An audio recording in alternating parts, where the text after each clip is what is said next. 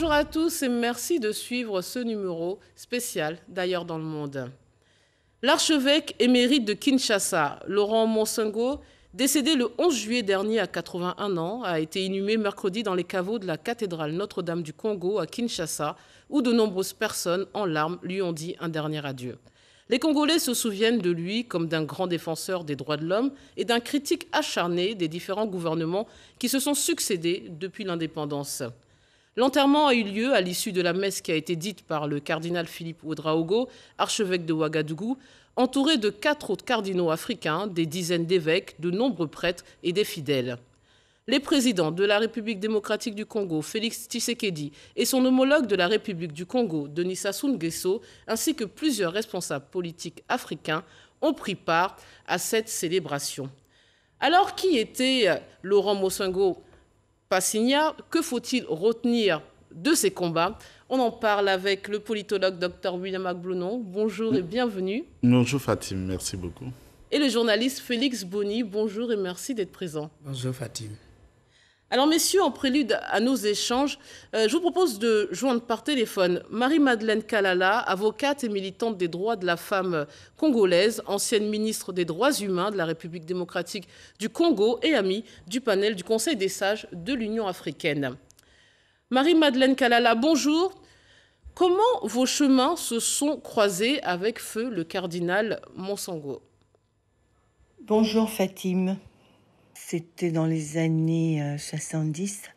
J'étais étudiante à la faculté de droit de Kinshasa et j'étais logée au home des étudiantes. Et j'ai fait la rencontre de l'une des cousines de celui qui deviendra d'ailleurs le cardinal et qui était abbé résident. Elle m'a demandé un jour de l'accompagner à la paroisse pour voir son cousin. Nous sommes allés, nous avons rencontré le cardinal et d'autres abbés, bien sûr. C'est là que j'ai fait sa connaissance, que j'ai découvert ce brillant homme. J'étais d'ailleurs très impressionnée, très intimidée. Ça, c'était la première fois que je l'ai vu. Je l'ai revu quelques années plus tard, oui, au moins plus d'une dizaine d'années plus tard. Je travaillais à la présidence de la République. Et à cette époque, vous le savez, dans les années 90, c'est la période des conférences nationales et nous avons eu la nôtre aussi, présidée par le défunt cardinal. Et à la même période, je travaillais à la présidence de la République.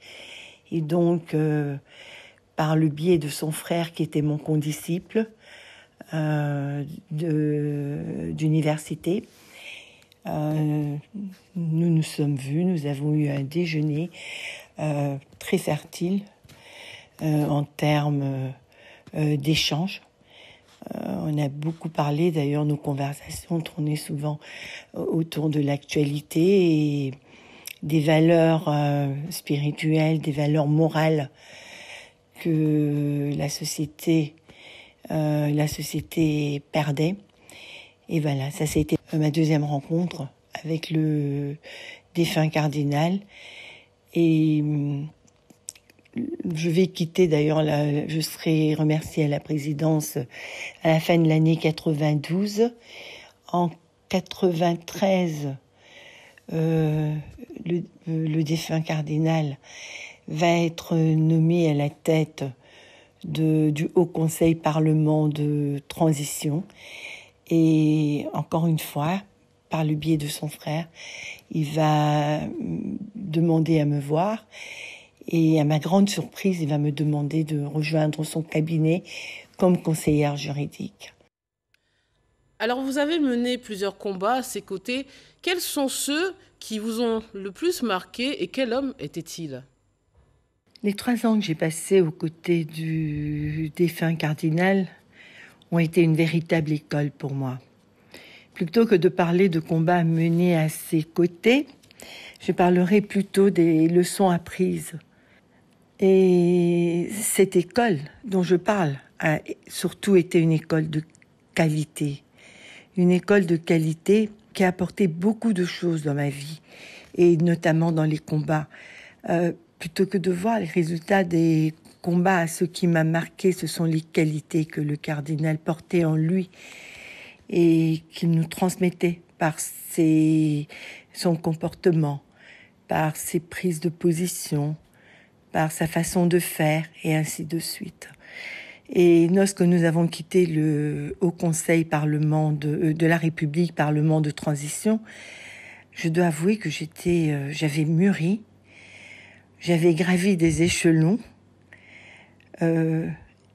parce qu'à ses côtés, on apprend énormément de choses sur le plan intellectuel, mais aussi sur la façon de vivre en société.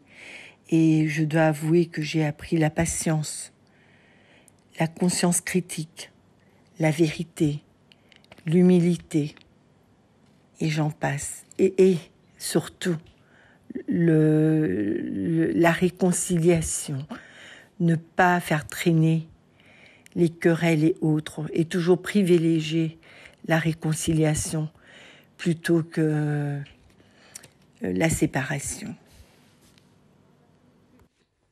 La République démocratique du Congo, à travers les officiels et les anonymes, lui ont rendu un vibrant hommage ces jours-ci. Quel héritage laisse-t-il à la République démocratique du Congo et au-delà, au continent africain? Je pense que notre défunt cardinal nous laisse un lourd héritage. Cet héritage, c'est le défi de la transformation de l'Afrique, transformation des mentalités pour nous permettre de développer ce continent, notre mère Afrique. Et le défi, à mon avis, est grand. Il nous faut travailler sur nous-mêmes, nous débarrasser de tout ce qui nous freine dans nos comportements.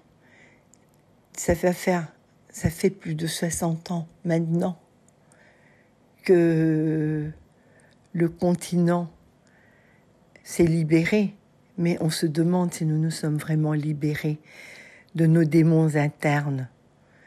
Parce qu'il n'y a que nous qui pourrons libérer ce continent. Et c'est le message que le cardinal nous a laissé.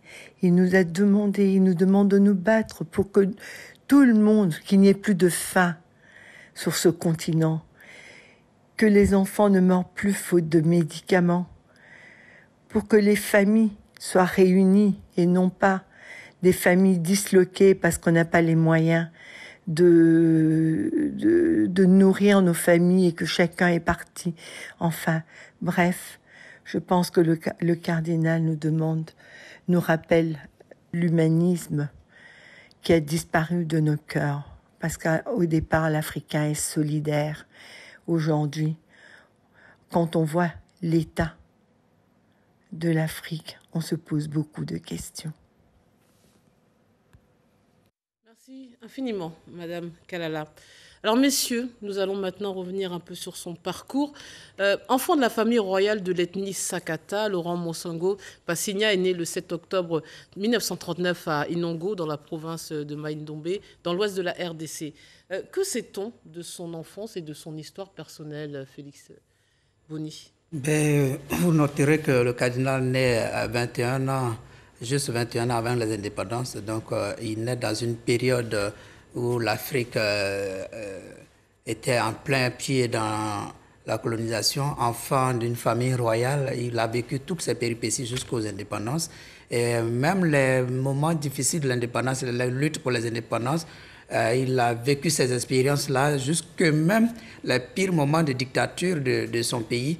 Et au lieu d'envisager plutôt une toute autre carrière, le cardinal qui fait des études secondaires au séminaire, oriente sa vie sur le religieux et il choisit de devenir un religieux. Lorsqu'on sort d'une famille royale, à ces époques, ce n'est pas fait vraiment pour devenir religieux, mais c'est fait pour peut-être embrasser des carrières, tout autre, de pouvoir, avocat et autres. Mais lui, il choisit la voie de la religion et il persévère là-dedans jusqu'à devenir 24 ans, très jeune, 24 ans, juste 3 ans après les indépendances, prêtre ordonné prêtre par d'ailleurs, pas n'importe qui, le préfet de la congrégation de l'époque, un araméen qui va, le cardinal qui va l'ordonner prêtre en 1963.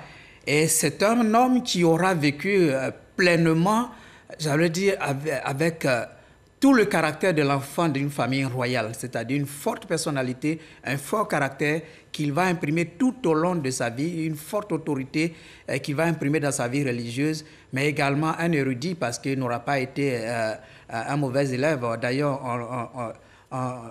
jusqu'à sa mort, on lui retient également cette image du record du meilleur élève du Congo pour avoir été en matière de dissertation écrite, pour avoir eu la meilleure note qui n'a jamais été égalée jusqu'à présent. Cela veut dire que c'est un enfant qui s'est forgé pour devenir l'adulte qu'il a été et la personnalité forte que le Congo laisse à l'Afrique. Alors, il a été ordonné prêtre en 1963, évêque en 1980 par le pape Jean-Paul II à Kinshasa, fait cardinal par Benoît XVI en 2010. Docteur Ablonon, est-ce un parcours hors du commun sur le plan ecclésiastique?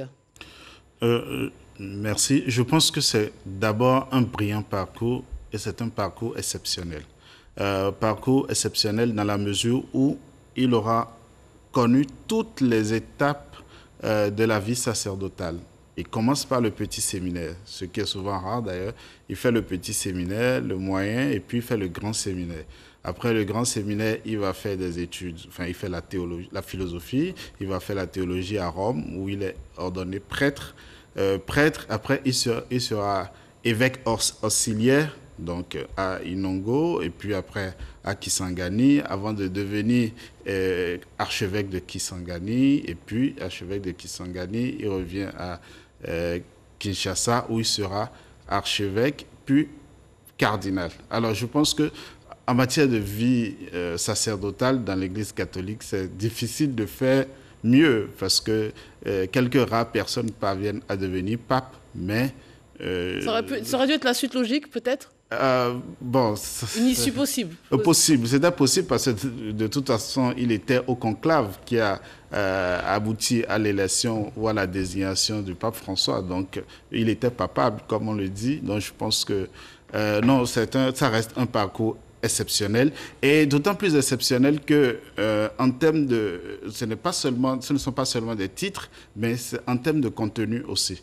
En termes de contenu, parce qu'il est le premier docteur en Saintes Écritures de l'Afrique. Donc c'est le premier Africain à avoir eu un doctorat en études bibliques. Donc il a du contenu. Et quand vous écoutez ces catéchèses, c'est un véritable pasteur, c'est un intellectuel, et puis c'est un prêtre exceptionnel. Mais en quoi, selon vous, messieurs, sa foi a influencé ces combats? On va parler après des combats politiques. Quelle est finalement l'influence de cette foi? Un homme de foi, d'abord, c'est avant tout un homme engagé. Normalement, c'est un homme engagé. Dans une paroisse, une prêche, ce n'est pas pour faire l'historique de la naissance du Christ jusqu'à sa mort. C'est pour, j'allais dire, toucher les problèmes de la société. Mais comment sa foi a pu, j'allais dire, impacter sa vie politique? Vous voyez, comme je le disais, c'est un monsieur qui est ordonné prêtre en 1963, 3 ans après les indépendances. Le Congo est indépendant en juin 1960. 3 ans après lui, il est prêtre. Il devient le premier docteur en écriture sainte en 1970, dans les années 70, et il devient évêque. De l'évêché jusqu'à l'archevêché, quand vous devenez archevêque dans l'Église catholique, quand vous devenez archevêque, vous ne prêchez plus devant un public en vase clos. Vous devenez une personnalité publique dont la parole vaut et dont la parole a du poids. Et cet évêque, qui a vécu quand même toutes les péripéties de l'indépendance et de son pays, décide de s'engager, de se mêler du combat de la démocratie dans son pays, notamment vers la fin de la vie du pouvoir de Mobutu Sese Seko. On voit que l'évêque, il monte au créneau, il a des discours qui appellent quand même à une certaine démocratie, à la fin d'une certaine dictature que le Congo a vécue. Donc la foi et le poids de l'autorité qu'il a lui a permis de se mêler de la vie politique parce que cette vie politique, elle va aussi avec la vie des Congolais, et il s'est intéressé à la vie des Congolais, à la vie de son peuple. Et aussi, quand on s'intéresse à la vie de sa cité, il est clair que la vie politique, il n'y a qu'un pas à franchir. Oui, peut-être pour ajouter un mot. Tout à l'heure, Madame la ministre disait, c'est un homme de transformation. Et il suffit de regarder un peu la trajectoire de sa vie. 1939, quand il naît, c'est un mois après le début de la Deuxième Guerre mondiale. Et il est ordonné prêtre en 1963. 1963, on est en plein Concile Vatican II. L'Église est carrément en train de se réorganiser. Il devient évêque en 1980. Et puis, il sera à la conférence nationale à un moment où l'Afrique était en plein bouleversement, en pleine revendication démocratique. Donc, il aura traversé les grandes péripéties, les grandes étapes de l'histoire du XXe siècle. Alors, quand vous êtes quelqu'un comme lui, et comme ça, et que, comme l'a bien relevé tout à l'heure Félix, il vient d'une famille royale. Donc, il sait ce que c'est qu'avoir du caractère. Et que quand vous avez du caractère et que vous savez dans l'Église, la particularité du Congo, c'est qu'on sait quel rôle l'Église a joué dans la colonisation du Congo, c'est de notoriété publique. Donc, quand quelqu'un comme ça, qui vient d'une famille qui sait que l'Église a été une menace pour le pouvoir royal, pour la réalité de l'histoire du Congo, et qui décide de s'engager dans l'Église, c'est déjà un combattant. C'est quelqu'un qui s'engage, il ne s'engage pas seulement dans un vide, mais c'est déjà une foi au service du combat. Et ceci, il va le démontrer toute sa vie, parce que toutes les étapes de sa vie, toutes les positions prises vont prouver que c'est quelqu'un qui sait d'où il vient.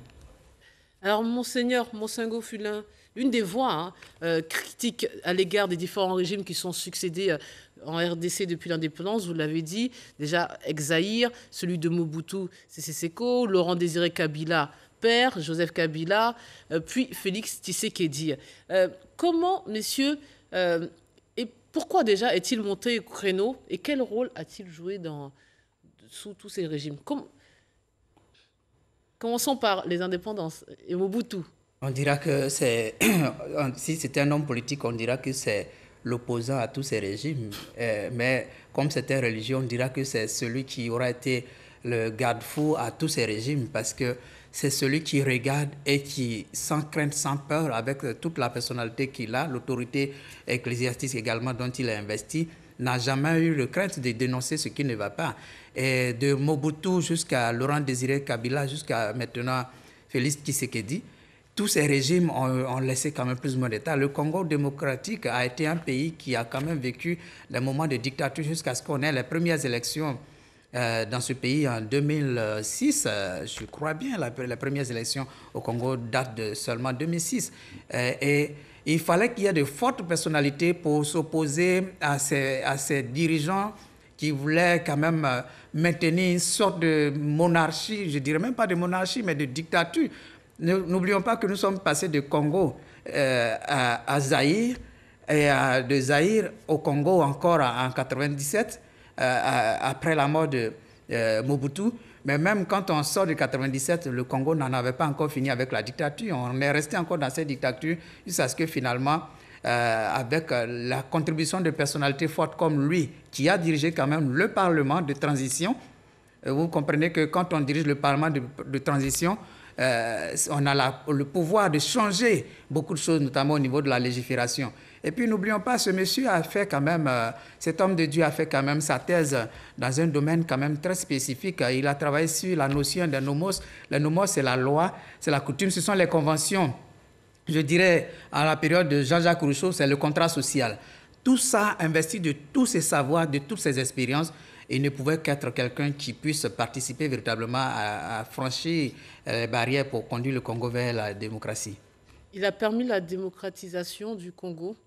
Alors, oui, permis la démocratisation, ce serait un peu dit. En tout cas, il en a eu l'ambition, parce que il se retrouve à la conférence nationale du Zaïre à l'époque, en 1991. Il prend la tête des travaux, donc il va présider la conférence nationale la plus longue de toutes les conférences connues en Afrique, parce que ça a duré un peu plus de 18 mois. Ouais. Donc, de 91 jusqu'en 93, il est au cœur de la vie politique congolaise, parce que c'est le président de la conférence nationale qui cristallise toute l'attention politique, parce qu'il servait à la fois d'interface entre le pouvoir qui était décrié et que tout le monde voulait voir disparaître, et les opposants. Donc, il a servi de médiateur dans un système politique à un moment critique.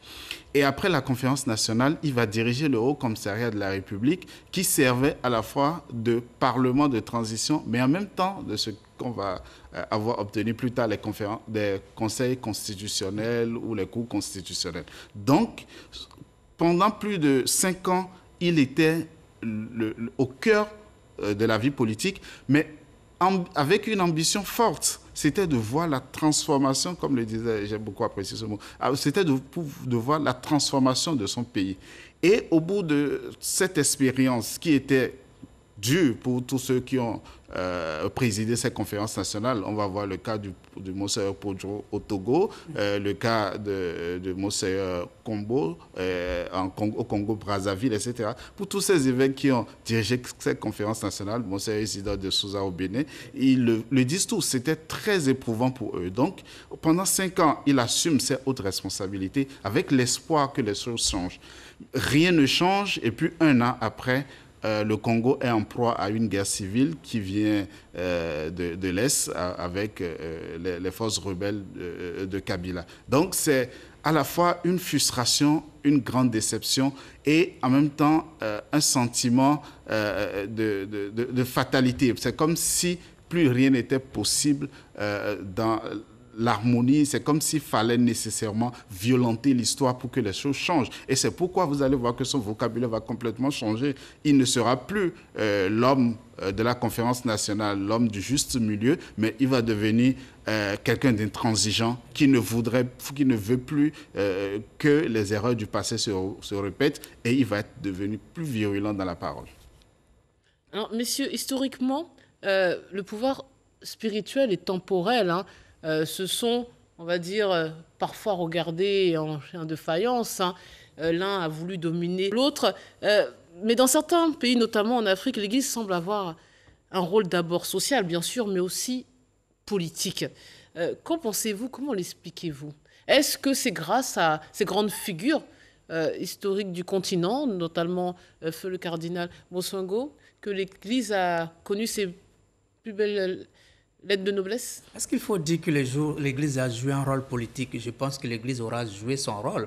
L'Église, c'est une entité qui est dans la société, et l'Église prône l'amour, et quand les actes posés par les dirigeants ne vont pas dans un certain sens de l'amour et de toutes les vertus que l'Église prône, l'Église prend ses responsabilités. En Côte d'Ivoire, on a eu le cas des viols des étudiants à Yopougon, la barbarie de Yopougon. On a vu notre cardinal, le cardinal Bernard Yago, qui est monté au créneau et qui a poussé les bouchons jusqu'à ce qu'on ouvre une enquête menée par un certain père à son âme, feu Camille Odier, le magistrat qui va devenir célèbre pour son enquête impartiale.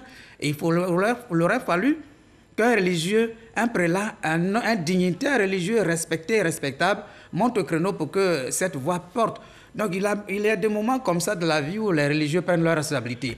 Parce qu'ils ne peuvent pas, on vit dans une société. La politique, c'est la gestion de la cité pour le bien-être de la société. Et si le bien-être de la société ne se retrouve pas dans la manière dont la politique est menée, il est clair que les dignitaires religieux prennent leur responsabilité et jouent leur rôle, tapent sur du poing ou lèvent le bâton pour que éventuellement les dirigeants sachent qu'on ne peut pas vous regarder et tout faire.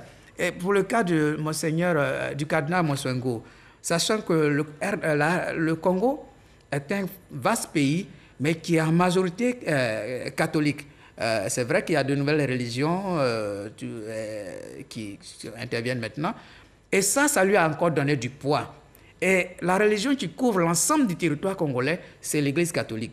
Donc la parole du cardinal Moswengo a vraiment du poids. Et ça lui a permis, et vu son âge, vu son expérience, regardez tous les présidents qui se sont succédés au Congo. Combien parmi eux ont quand même ce niveau intellectuel que ce cardinal a eu? Il avait son âge, presque le même âge que les dirigeants, mais il avait ce niveau intellectuel. Il avait cette expérience de vie avec eux. Il a traversé toutes ces périodes avec certains parmi eux. Donc tout ça, ça lui a donné le poids que ça devait lui donner pour faire pas de la politique, mais jouer son rôle de gardien pour le bien-être de la société congolaise. Oui, il est dit, pour prolonger ses propos, effectivement, 40% des Congolais se reconnaissent à travers l'Église catholique qui couvre... J'ajoute juste un petit mot. Si c'était de la politique que ce cardinal faisait, je pense qu'il était à 2 doigts du fauteuil présidentiel parce que la politique, on l'a fait pour devenir président. Et lui, il n'a pas fait la politique. Il n'a pas fait de la politique parce qu'il n'a pas... le fauteuil présidentiel, ça ne l'a pas intéressé. Il a toujours dit mon pouvoir ecclésiastique est 1000 fois au-dessus du fauteuil présidentiel. Alors, allez-y. Oui, je pense que depuis la visite des rois mages à Jésus, l'Église et le pouvoir politique ont toujours été, tout au moins le christianisme et le pouvoir politique ont toujours été en interaction. Parfois, ça s'est bien passé parce que dans l'histoire, on a vu des rois qui étaient couronnés ou du moins sacrés par des papes, notamment à Avignon et dans l'histoire de la France. Et puis, plus tard, on va voir qu'il y a eu affrontement, il y a eu conflit entre l'Église et le pouvoir politique au point où la loi de 1905, devenue une norme qui s'est internationalisée un peu, a posé le principe de la laïcité. Mais la particularité de l'Afrique, on va dire, et puis un peu quand même de l'Église catholique, c'est que, quoi qu'on dise, l'Église catholique n'a jamais renoncé à une vocation politique, même si elle se met à l'écart de toute ambition politicienne. C'est-à-dire, l'accession au pouvoir n'est pas une aspiration de l'Église catholique, mais la façon dont la société est gérée, puisque les hommes sont dans la société, puisque le pouvoir politique s'exerce sur un peuple, l'Église s'est toujours donné le droit d'intervenir dans ces affaires sociales, sociétales, et qui sont en réalité noblement politiques. Donc, ce qui fait que depuis toujours, depuis le 19e siècle, l'Église s'est dotée d'une doctrine sociale, ce qu'on appelle la doctrine sociale de l'Église, qui oblige l'Église à avoir un engagement sociétal, qui oblige l'Église à avoir un engagement dans la vie publique. Et cette doctrine va être renforcée au Concile Vatican II en 1962 jusqu'en 1965 et réitérée d'ailleurs pour le cas de l'Afrique depuis 2012 avec le Synode des évêques africains. Donc, bref, l'Église ne s'est jamais cachée sous la nécessité de s'impliquer dans les affaires publiques au fin de permettre aux populations de jouir de leurs droits, donc la justice, et puis de pouvoir aspirer à un vivre ensemble harmonieux. Donc je pense que après on peut évidemment développer à loisir la responsabilité de l'Église, surtout en Afrique depuis 1990, parce que quand on regarde très bien, les revendications démocratiques en Afrique ont été pour la plupart canalisées et conduites sous l'égide des autorités de l'Église. Et là où ça a réussi, les cas où ça a réussi, c'est l'Église. Et quand les partis politiques démissionnent, comme on a vu le cas au Togo par exemple, c'est l'Église, c'est encore Monseigneur Poudjou qu'on voit monter au créneau, c'est encore l'Église. Quand l'opposition n'a plus droit à la parole, comme en RDC, c'est le cardinal Monsengo. Donc, souvent, l'Église a toujours voulu porter la voix du peuple parce qu'elle ne peut pas faire autrement. Monsieur, juste un dernier mot.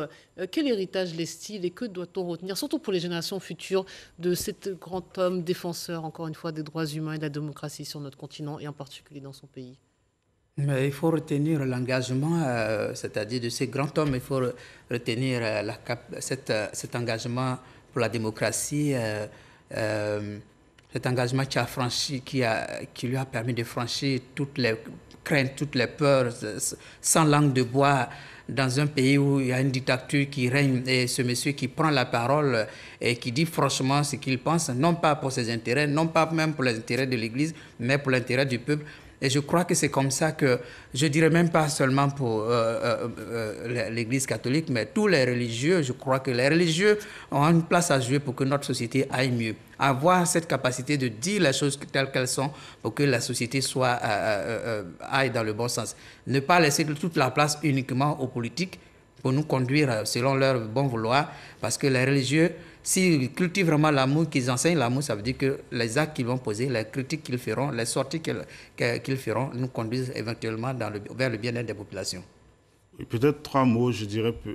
Premièrement, l'humanisme. C'est quelqu'un qui était vraiment attaché au bonheur de son peuple et il s'est battu pendant toutes ces années pour ce bonheur. Vraiment, les valeurs de l'humanisme. L'excellence. C'est vraiment un homme d'excellence. Il suffit d'écouter ses prêches. Il y a de la qualité dans tout ce qu'il dit et il le recherche. Il recherche vraiment la qualité dans tout ce qu'il dit. Et le 3e point, c'est le sacrifice pour son peuple. Se battre pour les idées auxquelles on croit, et surtout si celles-ci permettent à défendre son peuple.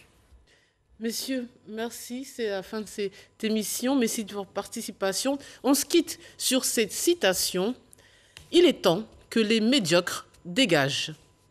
Du cardinal Laurent Monsengo Passigna. Merci à vous de nous avoir suivis. Bonne suite des programmes sur RTI 1.